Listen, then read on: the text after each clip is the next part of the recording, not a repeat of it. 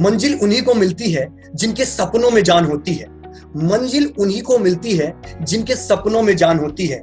अरे पंखों से कुछ नहीं होता, हौसलों से उड़ान होती है। हाँ जी दोस्तों, अपने हौसलों के बल पर ही लोग सफलता को अचीव करते हैं। मैं Chandan Jha grade up get के YouTube चैनल के इस विशेष कार्यक्रम अचीवर्स कॉर्नर में आप लोगों का सबका स्वागत करता हूं। दोस्तों, आज हमारे सामने एक खास मेहमान है और हम उस खास मेहमान से आप लोगों को लाइव मिलाना चाहते थे ताकि वो आप लोगों की क्वेरीज को भी ले सके, क्योंकि वो कल आप में से ही कोई एक थे और आज उन्होंने ऑल इंडिया रैंक 6 यानी 2020 में all India rank 6 GATE exam में उन्होंने हासिल किया।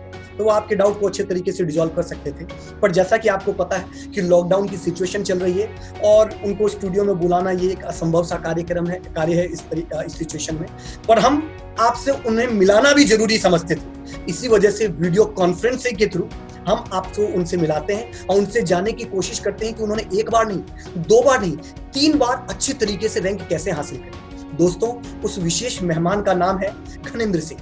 उनके बारे में मैं थोड़ा सा बता दूं, उन्होंने फर्स्ट अटेम्प्ट कॉलेज के साथ ऑल इंडिया रैंक 700 हासिल किया, यानी 3 डिजिट में रैंक हासिल किया।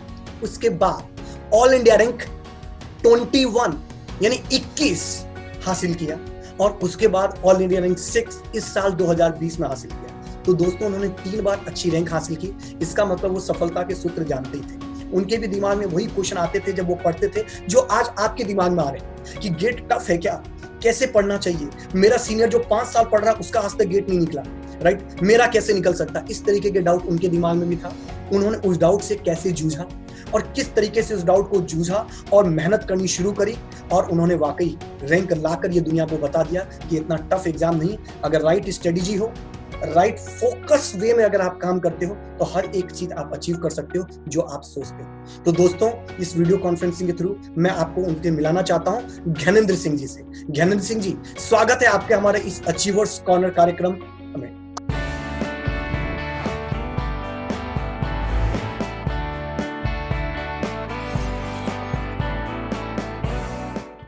तो घनेंद्र जी, आपके सामने पहला क्वेश्चन, जिनका गेट नहीं निकलता वो ये पूछना चाह रहे हैं कि यार गेट जो है बहुत टफ है और गेट में मैं बहुत से स्टूडेंट से मिलता हूं जो ये बोलते हैं कि गेट में जो है वो बहुत टफ पेपर है और रैंक लाना बहुत ही मुश्किल है। इसके अंदर रैंक जो है वो लक फैक्टर के ऊपर डिपेंड करता है। तो पहला सवाल तो उन बच्चों की तरफ से मैं आपको पूछना चाह रहा हूं कि क्या वाकई लक फैक्टर गेट के साथ एसोसिएटेड है कि नहीं? सर, मेरे हिसाब से तो ये एकदम मिथ है सर। लक फैक्टर बिल्कुल भी एसोसिएटेड नहीं है सर। गेट अगर आप प्रॉपर स्ट्रेटेजी और प्रॉपर हार्डवर्क से करेंगे तो आपकी रैंक आएगी सर। मैंने 2 बार गेट में रैंक आई है। अगर सर लक होता तो मैं मान सकता था 1 बार आए, लेकिन 2 बार अंडर 100 और जब फाइनल ईयर में 17 में दिया था तब भी 729 रैंक आई थी। तो सर अगर लक वाली बात होती तो 1 बार आ जाती, लेकिन सर 3 बार अच्छी रैंक आई है तो मैं तो नहीं मानता ये बिल्कुल लक पर डिपेंडेंट है। गेट अगर आप एक अच्छी स्ट्रेटेजी, अच्छी गाइडेंस और अच्छे हार्डवर्क अगर आप करेंगे तो बिल्कुल सर गेट में ये रैंक अच्छी आएगी।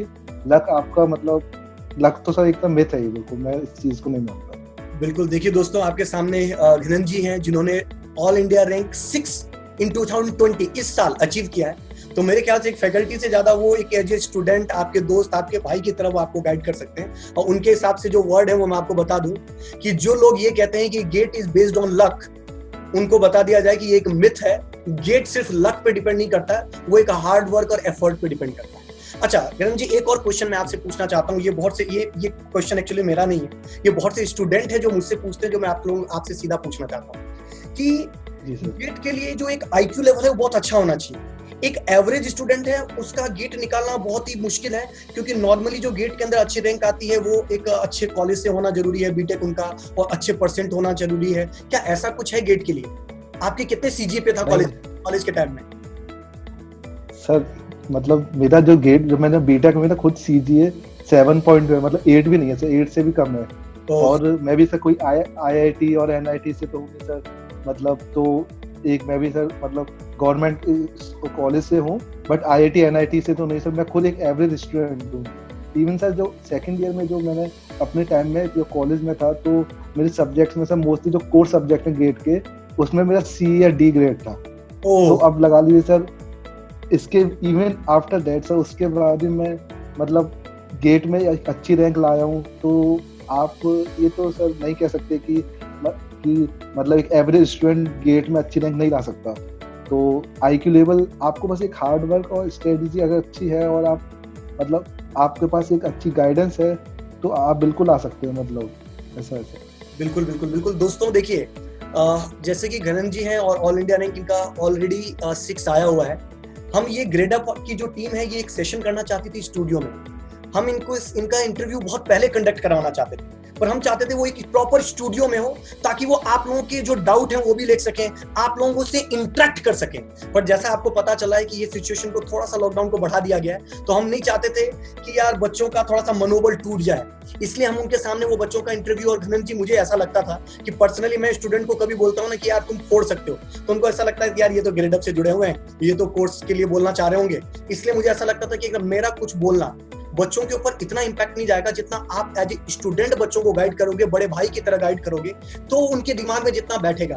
क्योंकि जनरली होता है कि जो जूनियर है वो सीनियर से सीखता है। कोई उसको आके बोल देता है यार गेट टफ है भाई, तो वो पहले से आदत छोड़ देता है कि गेट तो टफ है, अपने से गेट नहीं होने वाला, राइट। किसी और तरह में जाते हैं, वैकेंसी कम निकलेगा। IIT में कभी पता चला, मैंने बहुत सारे नोटिस किया, जैसे बच्चों का पता चला कि स्कॉलरशिप बंद हो गई, आधे लोगों का IIT में एडमिशन हो रहा है नहीं हो रहा है वो मैटर नहीं करता, पर फ्रस्ट्रेशन पहले आ गई, गेट बेकार है। जबकि ये सब अभी पता चल गया कि यार IIT का फीस कोई जो है ना वो हाइक नहीं हुआ, कोई स्कॉलरशिप बंद नहीं हुई, पर अननेसेसरी लोगों ने 1-2 महीना उसको सोचने में बर्बाद कर दिया।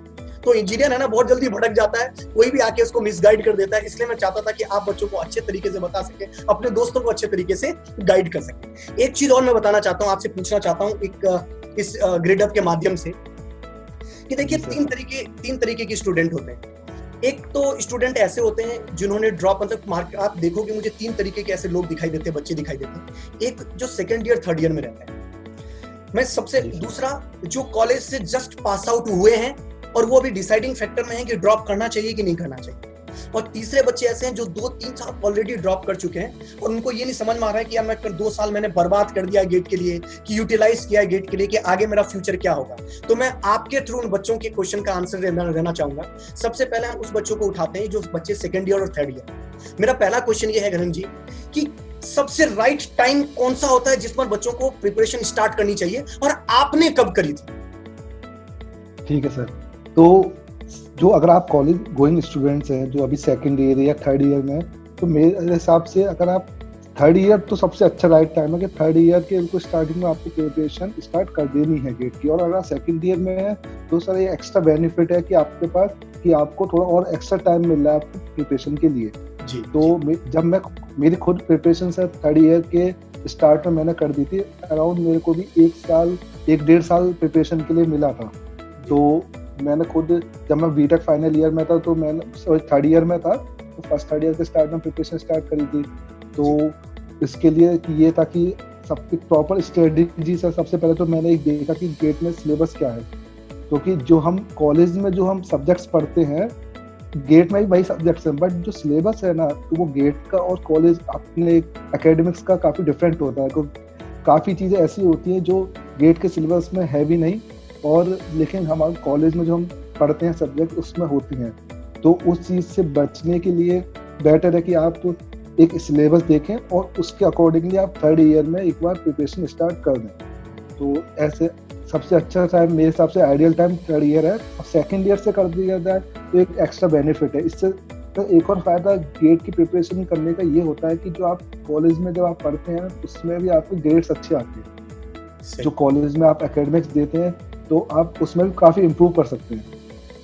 तो मैं जब 3rd ईयर से जब प्रिपरेशन करी थी तो मैंने भी अपने ग्रेड्स में थोड़ा बहुत इम्प्रूवमेंट रिलेटिवली पहले से देखा था। तो ये चीज़, ये तो है बिल्कुल। बाकी के कॉलेज में जो बच्चे रहते हैं उनको ऐसा मानना लगता है कि यार कॉलेज अलग चीज़ है और गेट अलग चीज़ है, तो वो दोनों को बाइफरकेट कर देते हैं कि गेट कॉलेज से कोई गेट का कोई लेना देना नहीं। तो उनको लगता है कि यार गेट बहुत टफ है और गेट के लिए मुझे अलग से एक्स्ट्रा एफर्ट लगाने की जरूरत है। तो दोस्तों मैं बता दूं कि घनन जी के अकॉर्डिंग कॉलेज का जो सिलेबस है और गेट का सिलेबस जो आप देखोगे तो बहुत सारी चीजें आपको मिलता जुलता दिखेगा। तो आपको सबसे पहले उस पोर्शन पे फोकस करो जो गेट और यूनिवर्सिटी लेवल पे कॉमन है, राइट। उससे आपको यूनिवर्सिटी लेवल में भी बेनिफिट मिलेगा, आपके जो परसेंटेज है वो अच्छे से थोड़ी इंक्रीज हो जाएगी, राइट।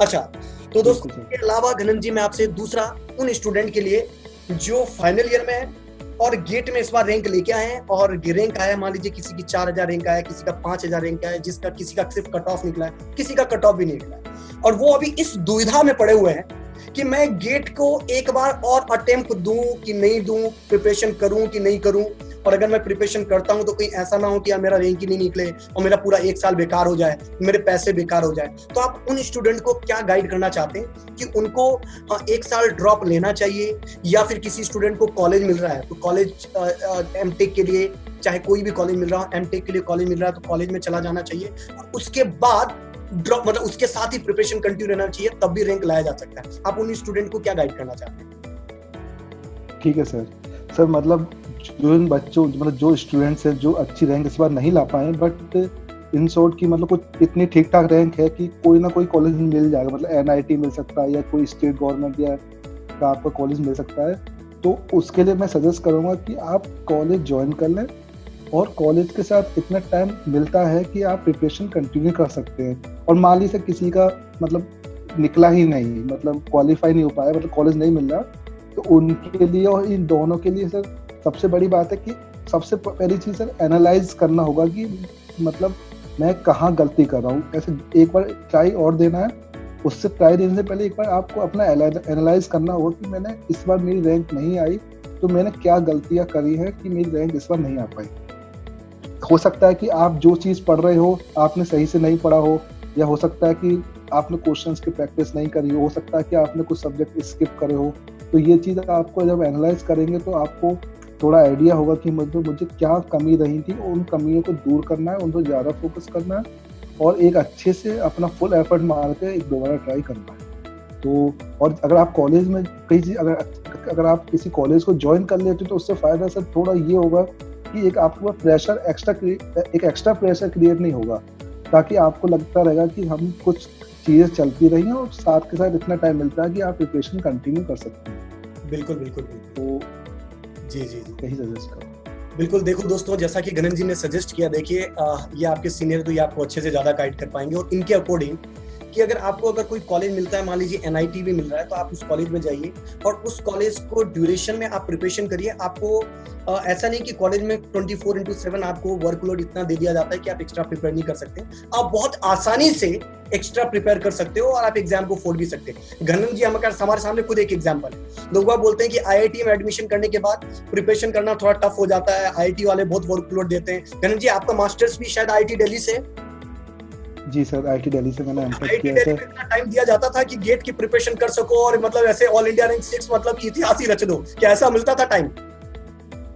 सर मतलब आपको अगर गेट निकालना है तो सर आप आदमी मैनेज कर सकते हैं। इतना टाइम हर कॉलेज में होता है कि आपको इसको थोड़ा मैनेज करना होता है अपने अकॉर्डिंगली कि हमें कहाँ अपना एफर्ट देना है। इतना टाइम सर आप कहीं भी जाओ, कहीं किसी भी कॉलेज में जाएंगे सर इतना टाइम होता है कि आप अपनी प्रिपरेशन कंटिन्यू कर सकते हैं। अभी आप पर डिपेंड करता है कि आप उस टाइम को यूटिलाइज कैसे कर रहे हैं। सही सर मैं तो सोचता हूँ कि टाइम पूरा मिलता है, बस डिपेंड आप पे करता है। बिल्कुल। टाइम तो सर जैसा कि अभी 21 दिन की भी सिचुएशन की बात की जाए तो उसमें भी मेरे ख्याल से बहुत अच्छा टाइम मिला था जिसको यूटिलाइज करना था। अभी 19 दिन का और मिला है। क्या कहते हैं आप, ये लॉकडाउन का जो ड्यूरेशन है इसमें स्टूडेंट को फ्रस्ट्रेशन वाला टाइम है कि स्टूडेंट को अपनी गलती को एहसास करके प्रिपरेशन को और स्ट्रॉन्ग करने का टाइम है? क्या लगता है आपको, क्या करना चाहिए?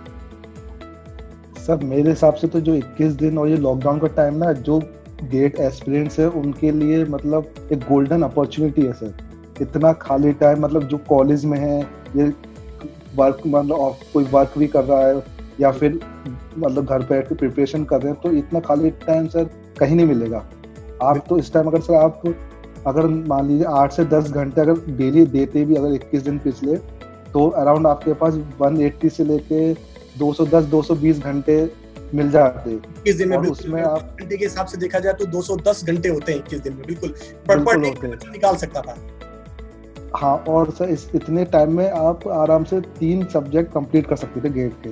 बिल्कुल। मैं नहीं समझता कि किसी ने एक सब्जेक्ट भी करा होगा पूरा कंप्लीट। बिल्कुल मतलब जो स्टूडेंट होते हैं, बिल्कुल सही कह रहे हैं आप। मतलब जो स्टूडेंट होते हैं वो सोचते हैं, ड्रीम उनकी बहुत बड़ी चीजें होती है, पर जब सही समय आता है कि उसको यूटिलाइज करने का तो वो यूटिलाइज नहीं कर पाते और फिर ब्लेम कर देते हैं कि यार इस वजह से नहीं हुआ। इतनी इंजीनियर की आदत है, नहीं हुआ तो मतलब किसी और का रीजन होगा। बिल्कुल, जैसा कि बिल्कुल दोस्तों 21 दिन अगर आप 10 घंटे में निकाल सकते थे तो 210 घंटे होते हैं। और गणेश जी ने बोला 210 घंटे में 3 सब्जेक्ट को तगड़े तरीके से प्रिपेयर किया जा सकता है।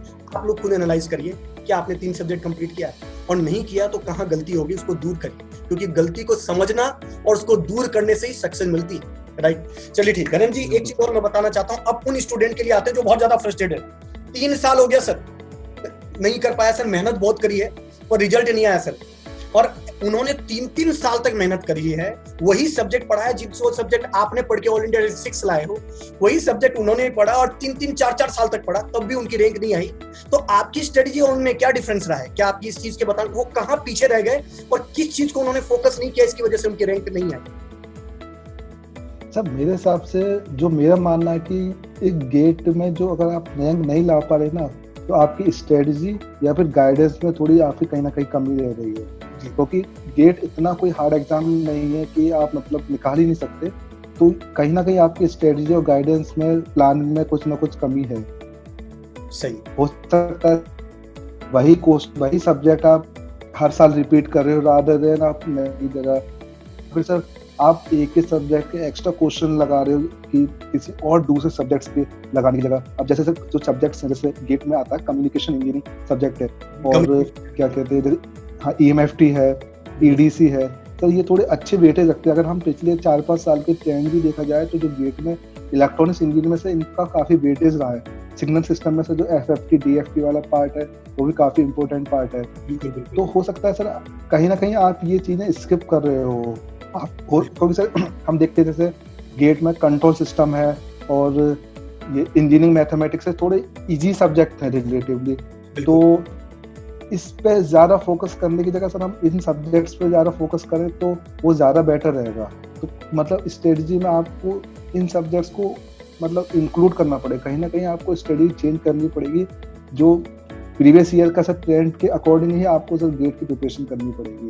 तो अगर जैसे सर 3 या 4 साल नहीं निकला है तो डीमोटिवेट होने की जरूरत नहीं है, रादर देन आपको अपनी अच्छी गाइडेंस और अच्छी स्ट्रेटजी की जरूरत है। और सर जैसा सर ग्रेड अप में आजकल चल भी रहा है, आपने देखा होगा सर, मतलब लाइव क्लासेस चलती हैं यूट्यूब पे सर, इतनी लाइव क्लासेस में आप सब क्वेरी पूछ सकते हो सर। मतलब मैं भी सर जब ऐसे कोई क्वेश्चंस में डाउट होते थे तो मैं मतलब पूछता था, तो उसमें काफ़ी हेल्पफुल मिलती थी। तो ग्रेड अप की टेस्ट सीरीज भी अच्छी है, तो आप क्विजेज होती हैं सर ग्रेड अप पे, तो मतलब आपको चीज़ें सोर्सेज की कमी नहीं है, आपको उसको यूटिलाइज कीजिए। एक अच्छी गाइडेंस सर ग्रेड अप में अच्छी गाइडेंस मिलती है तो आप, और अगर आप डाउट पूछेंगे आज ग्रेड अप में, आप कोई भी प्रॉब्लम होती है तो हेल्पफुल काफ़ी मिलती है। तो आप इस गाइडेंस अच्छी गाइडेंस लीजिए, फिर उसी के अकॉर्डिंगली अपनी स्ट्रेटजी बनाइए और फिर अच्छे से प्रिपरेशन करके दोबारा दीजिए, ज़्यादा दिन की सर कि मतलब पुरानी स्ट्रेटजी को चेंज करके नई स्ट्रेटजी बनाते हैं और अच्छे से प्रिपरेशन। बिल्कुल बिल्कुल बिल्कुल बिल्कुल। देखिए दोस्तों, जो ड्रॉपर हैं जिनको 3-3, 4-4 साल हो गए और गेट अचीव नहीं कर रहे हैं, गणेश जी का सजेशन है कि आपको अगर वो चीज चाहिए जो आपको अभी तक नहीं मिला है, तो आपको वो काम करना होगा जो आपने अभी तक नहीं किया है।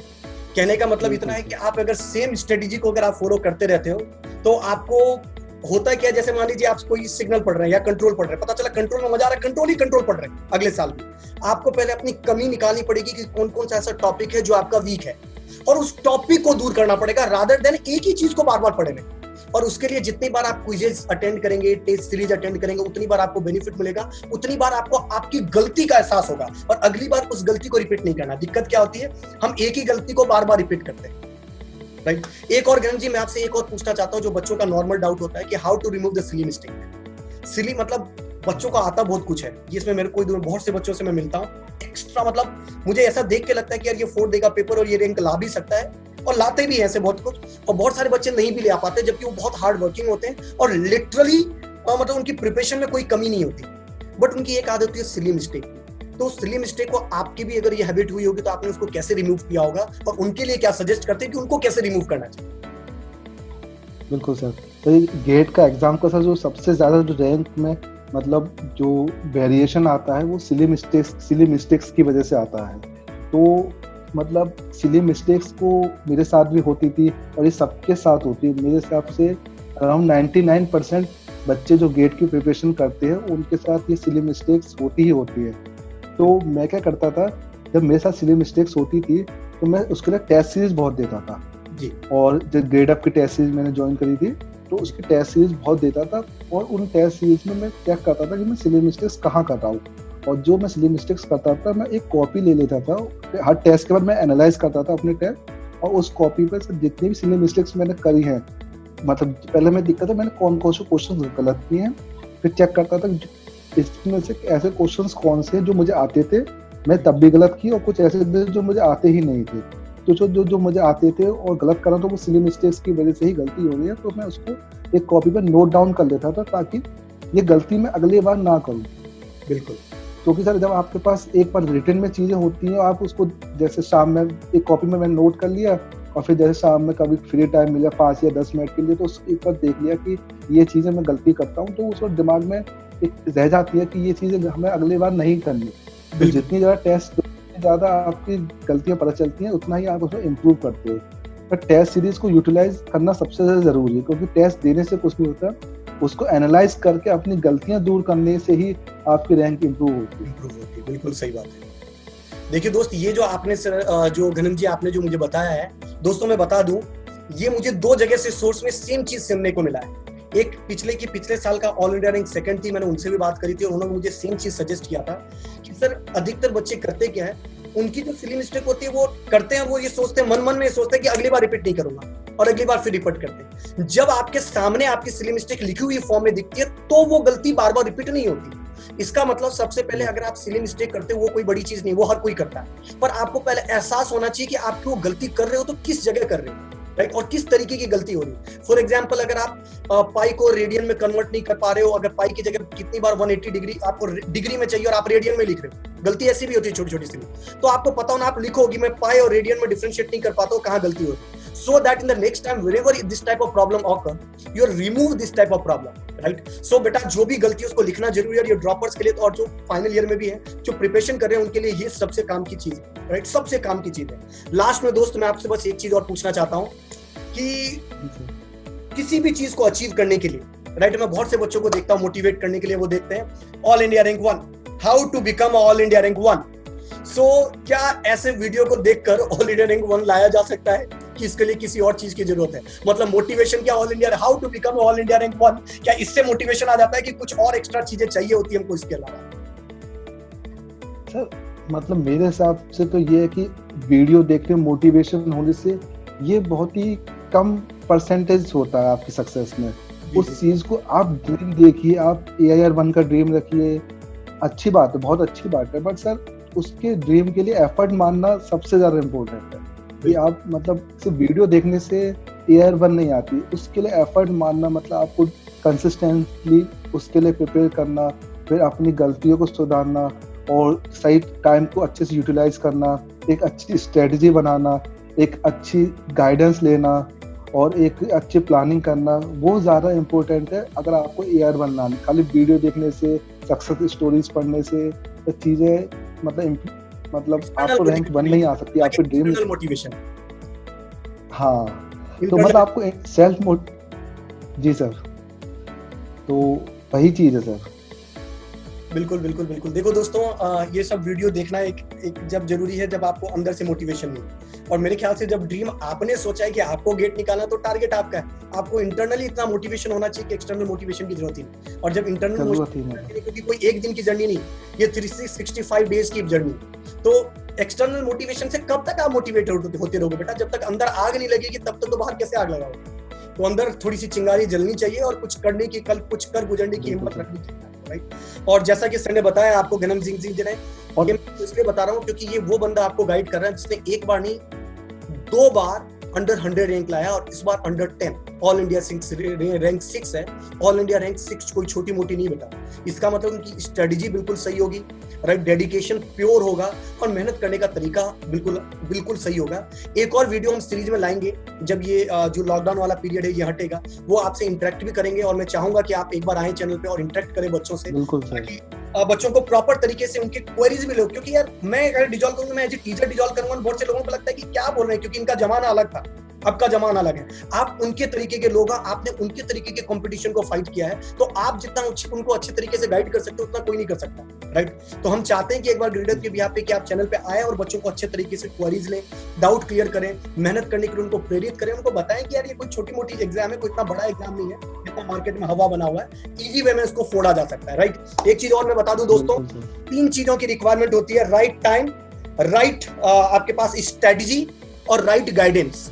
जैसा कि इन्होंने बताया, ये 3 चीज अगर आप फॉलो करोगे तो डेफिनेटली टारगेट अचीव हो जाए। और गाइडेंस का तो रोल है, उसके लिए 2 लाइनें भी अर्ज कर देता हूं कि मंजिल कैसी भी हो, एक रहबर ही मंजिल तक ले जाता है।